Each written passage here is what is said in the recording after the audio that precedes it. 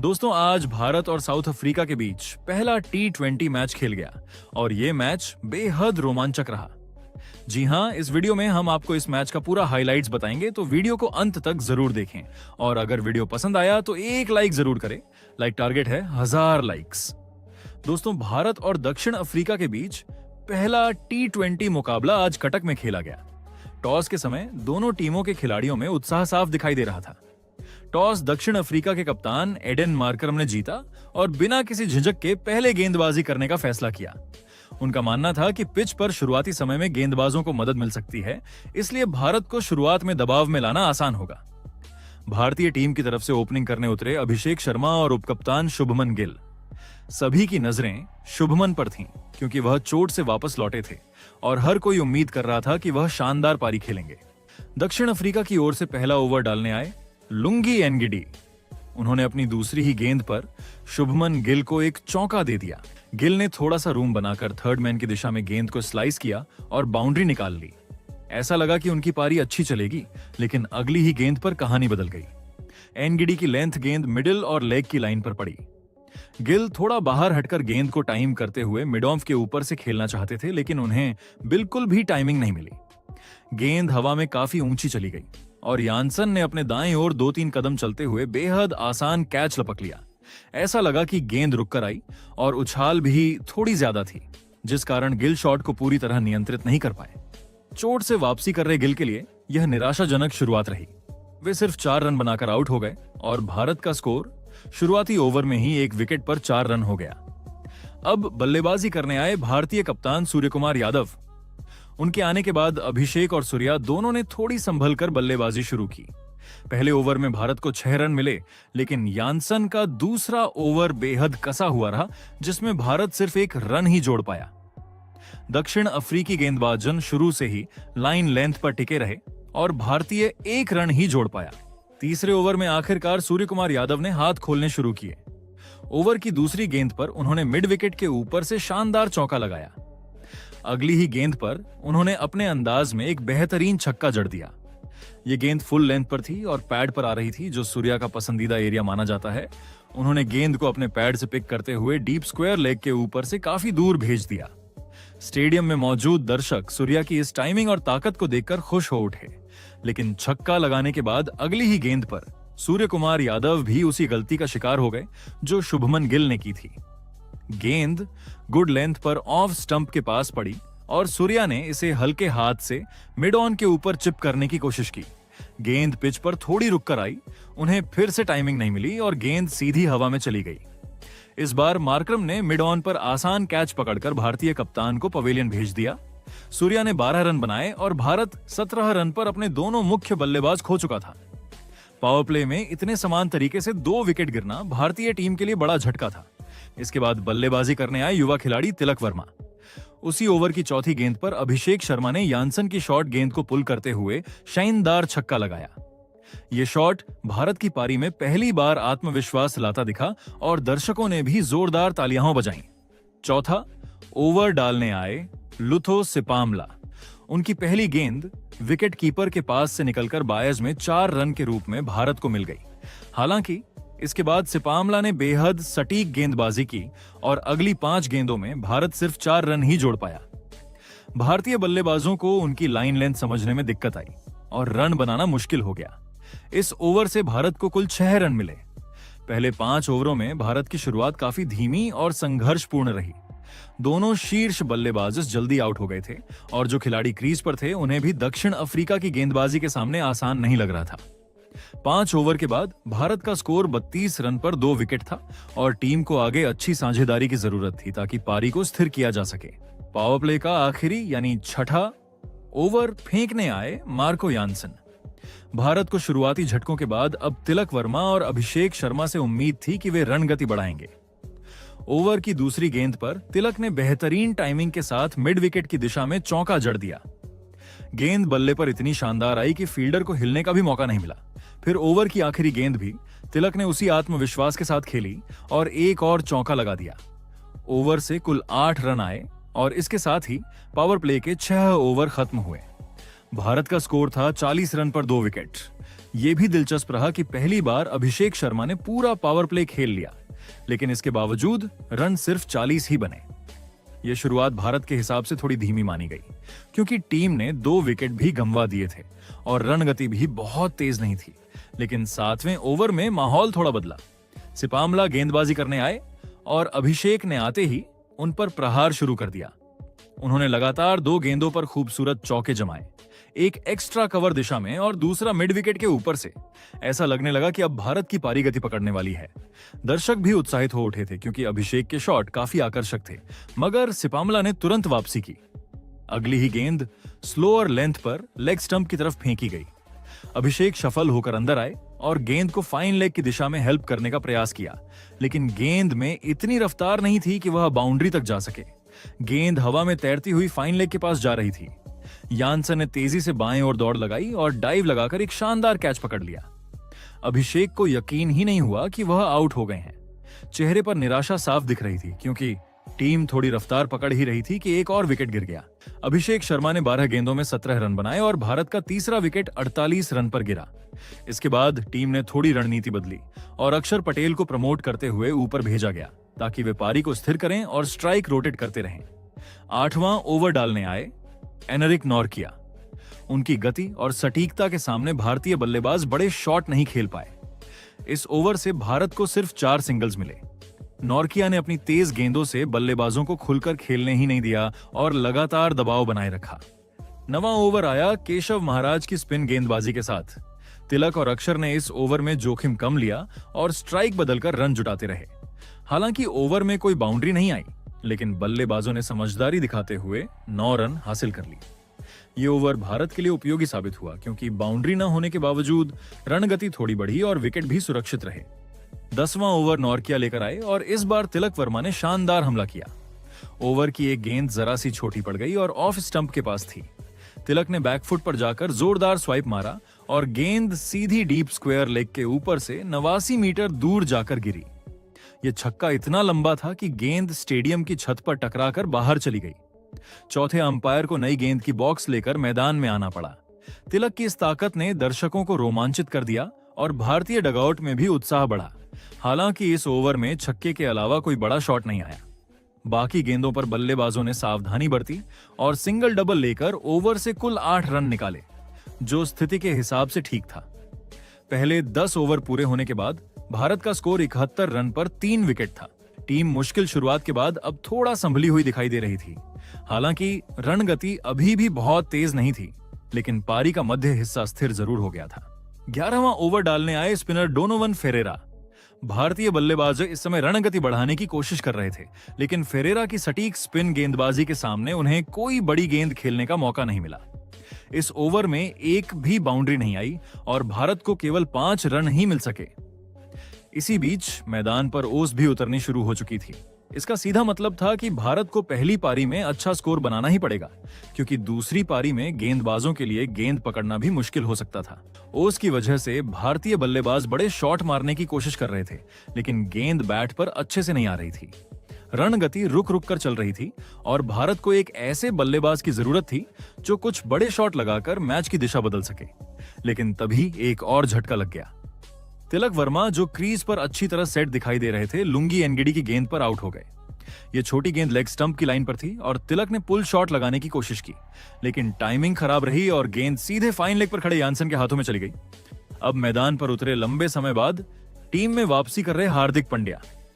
दर्शकों को उनसे बड़ी उम्मीदें थीं और उन्होंने आते ही दिखा दिया कि क्यों उनकी मौजूदगी टीम के लिए इतनी महत्वपूर्ण है। हार्दिक ने अपनी दूसरी ही गेंद पर केशव महाराज को स्लॉग करते हुए मिड विकेट की दिशा में शानदार छक्का जड़ दिया। अगली ही गेंद पर उन्होंने एक और जोरदार प्रहार किया और लॉन्ग ऑन की तरफ छक्का जमा दिया। उनकी टाइमिंग, ताकत और आत्मविश्वास सब कुछ लाजवाब था। यही वह अनुभव था जिसकी टीम को जरूरत थी। महाराज के इस ओवर से कुल 16 रन आए और यह तब तक का भारत का सबसे बड़ा ओवर साबित हुआ। दूसरी ओर अक्षर पटेल काफी संघर्ष कर रहे थे। वह गेंद को ठीक से पढ़ नहीं पा रहे थे और कई डॉट गेंदें खेलते जा रहे थे। रन गति बढ़ाने की जिम्मेदारी ज्यादातर हार्दिक पर आ गई थी, लेकिन फिर 14वें ओवर में अक्षर पटेल ने भी शॉट्स खेलना शुरू किया। सिपामला की गेंद को उन्होंने लॉन्ग ऑफ के ऊपर से शानदार छक्का जड़ दिया। इसी छक्के के साथ भारत के 100 रन पूरे हो गए। ऐसा लग रहा था कि अक्षर अब अपने शॉट्स खोलेंगे, लेकिन फिर अगली ही गेंद पर वे आउट हो गए। गेंद थोड़ी शॉर्ट थी और ऑफ स्टंप के बाहर पड़ी। अक्षर ने इसे लेट खेलते हुए बैकवर्ड पॉइंट की दिशा में कार्व किया, लेकिन गेंद हवा में चली गई और फेरेरा ने आराम से रिवर्स कप में कैच पकड़ लिया। अक्षर भी अपनी अच्छी शुरुआत को बड़ी पारी में नहीं बदल सके। उन्होंने 21 गेंदों में 23 रन बनाए। सिपामला का यह दूसरा विकेट था और भारत का 5वां विकेट 104 रन पर गिर गया। अब बल्लेबाजी करने आए शिवम दुबे। हार्दिक पांड्या इस समय बेहतरीन लय में थे। वे आक्रामक भी खेल रहे थे और समझदारी भी दिखा रहे थे। 2 विकेट जल्दी गिरने के बाद भी हार्दिक ने दबाव बिल्कुल महसूस नहीं होने दिया। अगले ओवर में हार्दिक ने नॉर्किया के खिलाफ शानदार बल्लेबाजी जारी रखी। उन्होंने ऑफ साइड में जगह बनाकर कट शॉट खेला और गेंद सीधे पॉइंट बाउंड्री की ओर पहुंची। यह चौका उनकी क्लास का प्रमाण था। अब तक वे सिर्फ 7 गेंदों में 20 रन बना चुके थे, यानी स्ट्राइक रेट 250 के आसपास। यही नहीं, इसी ओवर में हार्दिक ने नॉर्किया की एक और गेंद को लॉन्ग ऑन ऑफ की तरफ चौके के लिए भेज दिया। यह शॉट पावर और प्लेसमेंट का बेहतरीन मिश्रण था। नॉर्किया की तेज गेंदबाजी के बावजूद हार्दिक पूरा नियंत्रण बनाए हुए थे। यह ओवर भारत के लिए बेहद फायदेमंद रहा और टीम ने इस एक ओवर में कुल 17 रन जोड़ लिए। 15 ओवर पूरा होने पर भारत का स्कोर 121 रन पर 5 विकेट था। हार्दिक पांड्या सिर्फ 11 गेंदों में 26 रन बनाकर क्रीज पर डटे थे और उनकी बल्लेबाजी देखने लायक थी। दूसरी ओर शिवम दुबे भी क्रीज पर मौजूद थे और भारत अंतिम 5 ओवरों में बड़ा स्कोर बनाने की स्थिति में पहुंच चुका था। 16वां ओवर शुरू हुआ और इस ओवर में शिवम दुबे ने भी अपनी पारी की रफ्तार बढ़ानी शुरू की। एनगिडी गेंदबाजी करने आए थे और शिवम ने उनकी चौथी गेंद को शानदार तरीके से मिड ऑफ की दिशा में खेलते हुए चौके में तब्दील कर दिया। गेंद बिल्कुल सटीक टाइमिंग के साथ बल्ले से निकली और फील्डर के पास प्रतिक्रिया देने का समय ही नहीं रहा। इसके बाद ओवर की आखिरी गेंद पर शिवम ने फाइन लेग की दिशा में एक और बेहतरीन चौका जड़ दिया। इस ओवर से भारत को कुल 10 रन मिले और पारी की रफ्तार थोड़ी तेज हो गई। 17वां ओवर डालने आए मार्को यानसन। उनकी लंबाई और उछाल का फायदा मिलता दिखाई दे रहा था, लेकिन हार्दिक पांड्या ने दूसरी ही गेंद पर उनका सामना करते हुए एक बढ़िया पुल शॉट खेला और चौका कमा लिया। हालांकि इस चौके के बाद यानसन ने अपनी लाइन लेंथ को सख्त रखा और भारतीय बल्लेबाजों को खुलकर खेलने का मौका नहीं दिया। बाकी गेंदों पर केवल रन लेना पड़ा और ओवर से कुल 6 रन ही आए। हार्दिक ने पारी की शुरुआत शानदार की थी और अब भारत को उनसे उम्मीद थी कि वह अंतिम ओवरों में टीम को बड़ा स्कोर तक ले जाए, लेकिन अगले ओवर में थोड़ी मुश्किल आई। 18वां ओवर डालने आए डोनोवन फेरेरा और उनकी गेंद पर शिवम दुबे आउट हो गए। दुबे ने गेंद की लाइन गलत पढ़ी और स्विंग करने की कोशिश में चूक गए। गेंद सीधी जाकर मिडिल स्टंप से टकराई और उनका ऑफ स्टंप उड़ गया। शिवम दुबे ने 2-3 अच्छे शॉट खेले थे, लेकिन वह अपनी पारी को आगे नहीं बढ़ा सके। वह 9 गेंदों में 11 रन बनाकर आउट हुए और भारत का स्कोर 137 पर 6 विकेट हो गया। उनके आउट होने के बाद विकेटकीपर बल्लेबाज जितेश शर्मा क्रीज पर आए। अभी ओवर पूरा हो रहा था और हार्दिक स्ट्राइक पर थे। इसी ओवर में हार्दिक ने फाइन लेग की दिशा में एक खूबसूरत चौका लगाया, लेकिन फिर भी यह ओवर बहुत बड़ा नहीं जा सका। भारत ने इस ओवर से केवल 8 रन बनाए, जो अंतिम ओवरों के हिसाब से थोड़ा धीमा माना जाएगा। 19वां ओवर था और यहां से भारत को एक ऐसे बड़े ओवर की जरूरत थी जो मैच की तस्वीर पलट सके, और बिल्कुल ऐसा ही हुआ। सिपामला गेंदबाजी करने आए और ओवर की दूसरी गेंद पर हार्दिक पांड्या ने उन्हें जोरदार छक्का मार दिया। गेंद लेंथ पर थी और हार्दिक ने बिना किसी हिचक के लॉन्ग ऑन के ऊपर से गेंद को बाहर भेज दिया। इस छक्के के साथ भारत का स्कोर 150 के पार पहुंच गया। अगली ही गेंद पर हार्दिक ने एक और चौका जड़ दिया। यह शॉर्ट गेंद थी और उन्होंने इसे सीधे गेंदबाज के सिर के ऊपर से मार दिया।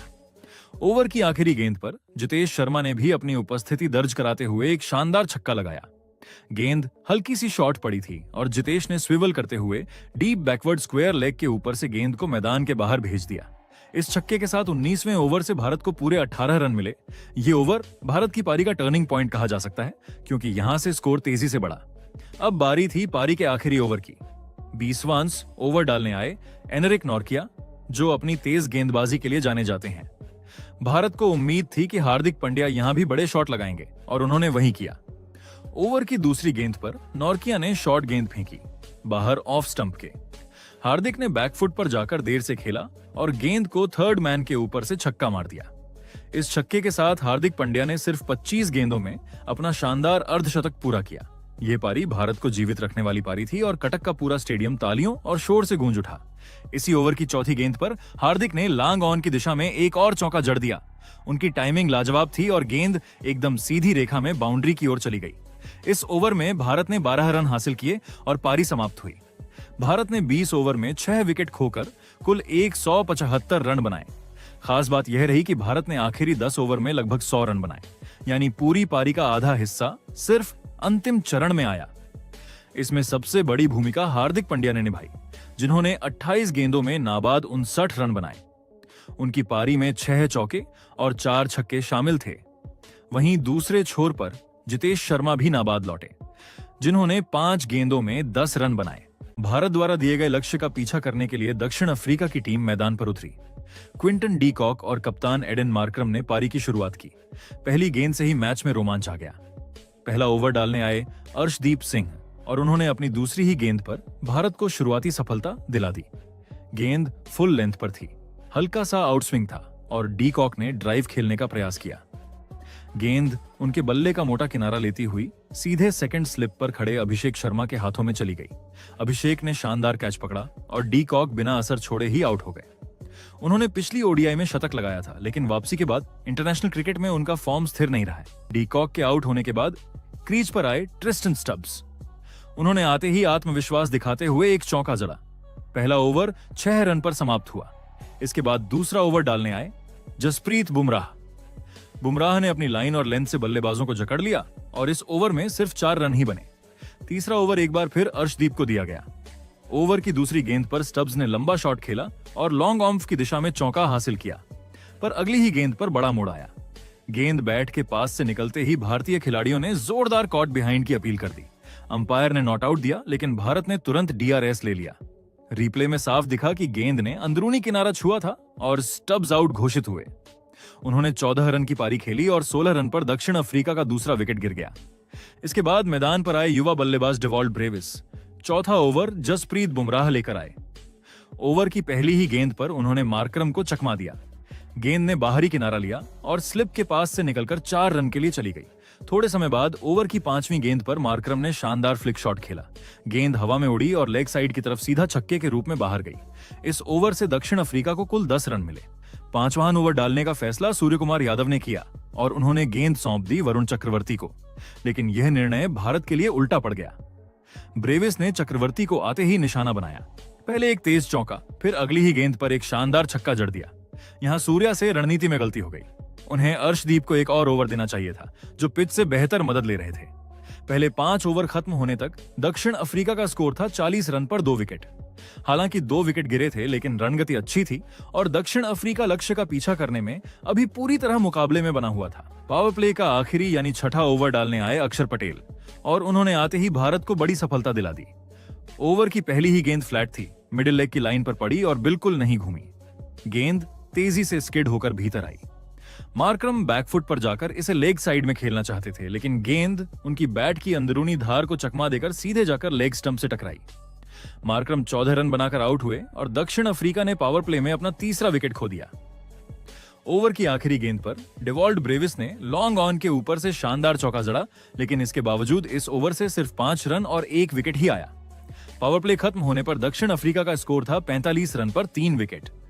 7वां ओवर डालने आए हार्दिक पांड्या। उनकी पहली ही गेंद पर विकेट के पीछे जोरदार अपील हुई। अंपायर ने नॉट आउट दिया, लेकिन भारतीय खिलाड़ियों को शक था, इसलिए सूर्या ने तुरंत डीआरएस ले लिया। रिप्ले में साफ दिखा कि गेंद डेविड मिलर के बैट की अंदरूनी धार लेकर सीधा विकेट कीपर जितेश शर्मा के हाथों में गई थी। इस तरह मिलर 0 पर आउट हुए और भारत को बड़ी सफलता मिली। दिलचस्प बात यह थी कि अंतर्राष्ट्रीय क्रिकेट में यह 15 पारियों में 8वीं बार था जब हार्दिक ने मिलर को आउट किया। दक्षिण अफ्रीका अब 45 रन पर 4 विकेट खो चुका था। मिलर के आउट होने के बाद आए डोनोवन फेरेरा। उन्होंने आते ही हार्दिक की गेंद पर एक चौका लगाया, लेकिन इसके अलावा ओवर में कोई बड़ा शॉट नहीं आया और कुल 5 रन बने। 8वां ओवर लेकर आए वरुण चक्रवर्ती। चक्रवर्ती ने अपनी मुश्किल पड़ने वाली गेंदों से फेरेरा को बांध दिया।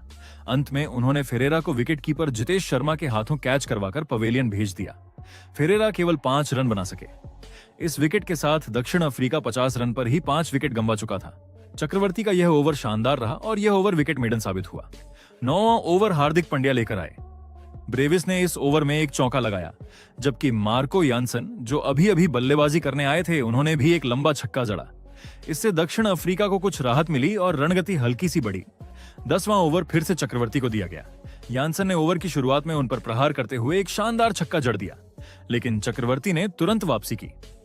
अगली ही गेंद पर उन्होंने एक बेहतरीन गूगली फेंकी। यानसन गेंद को पढ़ नहीं पाए और उनके स्टंप उड़ गए। ये विकेट दक्षिण अफ्रीका के लिए बड़ा झटका था, क्योंकि यानसन तेजी से रन बना सकते थे। पहले 10 ओवर खत्म होने पर दक्षिण अफ्रीका का स्कोर 68 रन पर 6 विकेट था। टीम बुरी तरह दबाव में थी और भारत मैच पर पूरी तरह हावी दिख रहा था। दक्षिण अफ्रीका की उम्मीदें अब उनके युवा स्टार डेवॉल्ट ब्रेविस पर टिक गई थीं। वह अब तक क्रीज पर टिके हुए थे और ऐसा लग रहा था कि अगर कोई बल्लेबाज भारत को चुनौती दे सकता है तो वह ब्रेविस ही होंगे। लेकिन 11वां ओवर शुरू होते ही भारत ने खेल की दिशा हमेशा के लिए बदल दी। 11वां ओवर फेंकने आए जसप्रीत बुमराह और उन्हें दोबारा गेंदबाजी पर लाने का निर्णय कप्तान सूर्य कुमार यादव का शानदार दांव साबित हुआ। सूर्या ने उन्हें वापस बुलाया ही इसलिए था कि वह बड़ा विकेट निकाल सकें, और बुमराह ने पहली ही कोशिश में कमाल कर दिया। दूसरी गेंद पर ब्रेविस बुमराह की तेज और शॉर्ट गेंद से पूरी तरह परेशान हो गए। गेंद ऑफ स्टंप के आसपास थी और इतनी स्पीड से आई कि ब्रेविस शॉट खेलते हुए जल्दीबाजी में आ गए। उनका बल्ला गेंद से ठीक से नहीं मिला और टॉप एज निकला, जो हवा में ऊपर उठा और सीधे कवर पर खड़े सूर्या के हाथों में जाकर समा गया। सूर्या ने कैच को बिल्कुल भी नहीं छोड़ा और भारत को मिला सबसे जरूरी विकेट। ब्रेविस 14 गेंदों में 22 रन बनाकर आउट हो चुके थे। अंपायर ने तुरंत नो बॉल की जांच करवाई, लेकिन थर्ड अंपायर ने साफ कहा कि बुमराह का पैर रेखा के पीछे है। जैसे ही पुष्टि हुई, ब्रेविस निराश होकर पवेलियन लौट गए। इस विकेट ने दक्षिण अफ्रीका की आखिरी उम्मीद लगभग खत्म कर दी और अब भारत पूरी तरह मैच पर हावी हो चुका था। लेकिन बुमराह का ओवर यहीं रुका नहीं। इस ओवर की 5वीं गेंद पर उन्होंने एक और विकेट उड़ा दिया। इस बार शिकार बने केशव महाराज। बुमराह ने तेज छोटी गेंद लेग साइड की ओर फेंकी। महाराज के पास शॉट खेलने के लिए जगह नहीं थी, फिर भी उन्होंने पुल करने की कोशिश की। उनका बल्ला गेंद से ठीक से नहीं जुड़ा और टॉप एज सीधा विकेट कीपर जितेश शर्मा के पास चला गया। महाराज खाता भी नहीं खोल पाए और दक्षिण अफ्रीका का एक और विकेट गिर गया। अब स्कोर बोर्ड केवल एक कहानी बता रहा था, दक्षिण अफ्रीका गहरी मुसीबत में था। इसके बाद 12वां ओवर लेकर आए अक्षर पटेल। उनकी गेंदबाजी पहले से ही बेहद सटीक चल रही थी। ओवर की शुरुआत में नोरकिया ने ड्राइव खेलने की कोशिश की, लेकिन गेंद उनके बल्ले और बैट के बीच की बड़ी खाई से निकल गई और सीधा स्टंप्स पर जाकर लगी। अक्षर पटेल ने एक और विकेट अपनी झोली में डाल लिया। ये गेंद सीधी और सरल दिख रही थी, लेकिन स्पीड लाइन और थोड़ा सा एंगल बल्लेबाज को धोखा देने के लिए काफी था। इस तरह दक्षिण अफ्रीका का एक और पतन हो गया। अब तक पूरा मैच एक तरफा हो चुका था। भारत के गेंदबाज हर ओवर में विकेट ले रहे थे। दक्षिण अफ्रीका अपने बल्लेबाजों को क्रीज पर टिकाए रखने में असफल हो रही थी। ऐसा लग रहा था कि टीम मानसिक रूप से टूट चुकी है। फिर 13वां ओवर आया और गेंदबाजी के लिए बुलाए गए शिवम दुबे। भले ही दुबे मुख्य रूप से बल्लेबाज माने जाते हैं, लेकिन आज उन्हें गेंद से भी सफलता मिलनी थी। उनकी ओवर की एक शॉर्ट गेंद पर सिपामला ने स्विंग करने की कोशिश की, लेकिन टाइमिंग बिल्कुल गलत हो गई। गेंद बल्ले की बॉटम एज लेकर नीचे डगमगाई और स्लिप पर खड़े अभिषेक शर्मा ने शानदार लो कैच पकड़ लिया। यह दक्षिण अफ्रीका का आखिरी विकेट था। सिपामला आउट होते ही मैच समाप्त हो गया और भारत ने दक्षिण अफ्रीका को सिर्फ 74 रन पर ऑल आउट कर दिया। भारत ने पूरा 101 रन के विशाल अंतर से मैच जीता। यह जीत सिर्फ जीत नहीं थी, यह एक संदेश था कि भारतीय टीम इस सीरीज में किसी भी हाल में अपना दबदबा बनाना चाहती है। पूरी गेंदबाजी इकाई ने मिलकर साउथ अफ्रीका की बल्लेबाजी को ध्वस्त किया।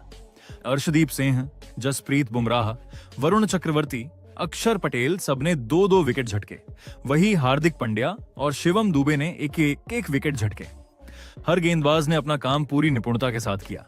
न कोई ढिलाई, न कोई गलती, बस एकदम सटीक योजनाबद्ध गेंदबाजी। दूसरी ओर भारत की बल्लेबाजी का हीरो रहे हार्दिक पांड्या।